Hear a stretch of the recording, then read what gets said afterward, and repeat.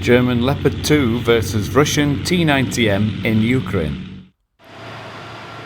Let's compare the T-90M, Proriv 3 and Leopard 2 in the event of a confrontation on the Ukrainian battlefield.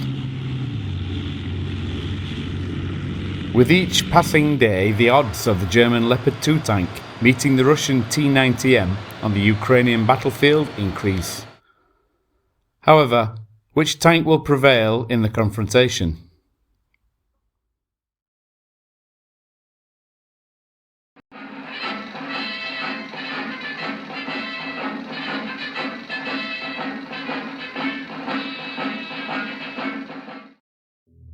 Manoeuvrability. The spring weather in Ukraine is rainy, thus the roads on the front lines are extremely muddy, which has a negative effect, of course, on the movement of vehicles. The T-90's ability to handle mud and rain was much lauded by Russia in the past. However, we've seen many Russian tanks of all types and in service on both sides stuck in the mud during this conflict. The German Leopard 2A4 and 2A6, as supplied to Ukraine, have the more powerful 1,500 horsepower twin-turbo diesel engine, compared to the 1,130 horsepower 12-cylinder unit of the T-90. The Leopard is also equipped with the Renk HSWL 354 powertrain. That's much more modern than that of the T-90. These factors add to the Leopard 2's manoeuvrability. Thus, with its more powerful engine and modern transmission, the German tank can reach a maximum speed of 75 km per hour, compared to the T-90's max speed of 60 km per hour. The reverse speed of the T-90M at 4 km per hour is pathetic, and is the tank's weakest feature compared to the Leopard 2 mobility-wise, which has a reverse speed of 31 km per hour. However, the Leopard 2 is quite a heavy tank at 55 tonnes for the 2A4 and a whopping 62.3 tonnes for the 2A6, so it remains to be seen how it will cope in the deep mud that's a feature of the current Ukrainian battlefield, when compared to the nimbler T-90M at 48 tonnes. Being such a heavy beast, it may also struggle with some of the bridges in Ukraine that were designed for Soviet-era tanks under 50 tonnes. Armament. The Leopard 2 is armed with the 120mm L44 gun in the case of the 2A4 and the longer L55 in the 2A6 onwards. The DM43 APFSDS-T anti-tank round for the 2A4 is said to penetrate up to 560mm of steel armour at 2,000 metres, whilst the newer DM53 APFSDS-T round for the longer barrel on the A6 on is able to penetrate up to 750mm of rolled homogeneous steel armour at 2,000 metres. I can't find details on what angle of penetration these figures are for. Note, the Leopard 2 anti-tank rounds above are quoted for penetration of steel-rolled homogeneous armour only. I cannot find information for the amount of penetration of ceramic composite armour, which would obviously be less than quoted. Rheinmetall has upgraded the Leopard 2 such that it can fire Israeli Lahat anti-tank guided missiles through the main gun, at up to 6,000 metres in range.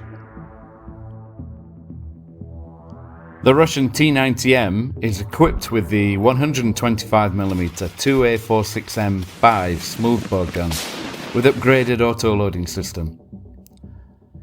It uses the APFSDS depleted uranium or the 3BM42 Mango rounds, which are capable of penetrating up to 350mm or 300mm respectively of reactive composite armour. The newer, longer 3BM60 APFSDS round is now being used by T-90Ms in Ukraine, and this can penetrate up to 800mm of homogeneous steel armour at 2,000 metres. There is also an anti-tank missile available for the T-90M, the 9M119M Reflex, which can penetrate up to 900mm of steel armour at 5,000 metres. Both tanks are equipped with stabilised sights and thermal imaging units for the commander and gunner. In the case of the Leopard 2, it's the EMES-15 system, and for the T-90M, it's the newer ODYSSEUS thermal sight system. Finally, the Leopard 2 is also armed with two 7.62mm MG3A1 or two 7.62mm FN MAG machine guns.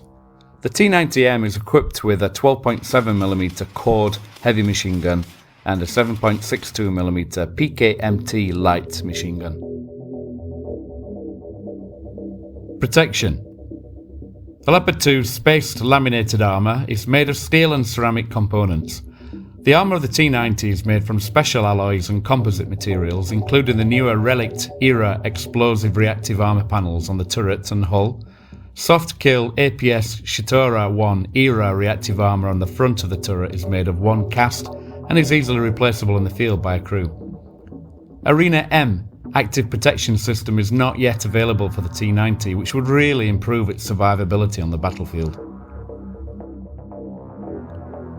Much of the ammunition stored outside the autoloader in the T-90M has been moved from around the hull to the rear of the turret, which reduces the chances of a catastrophic explosion inside the tank from a penetration. In the case of the Leopard 2, the ammunition in the turret is located in compartments separated from the crew. If a detonation occurs, the blow-off panels on the compartment roofs will direct the explosion and fire away from the crew. Both tanks can penetrate and destroy the other. In the Leopard 2's case, how easily depends on which model. Obviously, the later 2A7 being more advanced is more survivable than earlier variants, especially with the Trophy hard kill active protection system. But this version is not available yet to Ukraine. Another factor to compare is the ability to survive hits from anti-tank weapons such as the Russian Kornet or Swedish-British NLAW, for example, which have both been very dangerous for armour on Ukrainian battlefields. In Ukraine, many failures of Russian tank armour against personal anti-tank weapons have been recorded, including, according to the Oryx database, 10 T-90M models.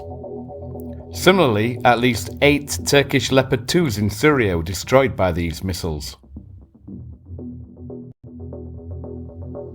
The human factor. Tank crews play perhaps the most important role in the outcome of an engagement. Sometimes having the best kit doesn't mean victory is certain. Russian T-90M crews may have a slight advantage here given the greater experience in handling the tanks in training and combat. Ukrainian crews have been training to operate German Leopard 2s in Europe and other places recently, but are faced with new technology which takes time to get to grips with. These trainees are thus less familiar with the tanks and generally less experienced than the Russian tank crews. The victor. Which tank will have the upper hand when they meet? Again, this is difficult to predict. Both tanks have their strengths. Will it be the powerful Leopard 2? Or will the greater familiarity and experience of the T-90M tankers prevail? Or might, again, the awful reverse speed of the T-90M be the decisive factor? We shall soon see how much these elements contribute in the coming tank-on-tank engagements in the Ukraine theatre. We hope you enjoyed this presentation. Please like, comment and subscribe if you can. Thanks and see you soon.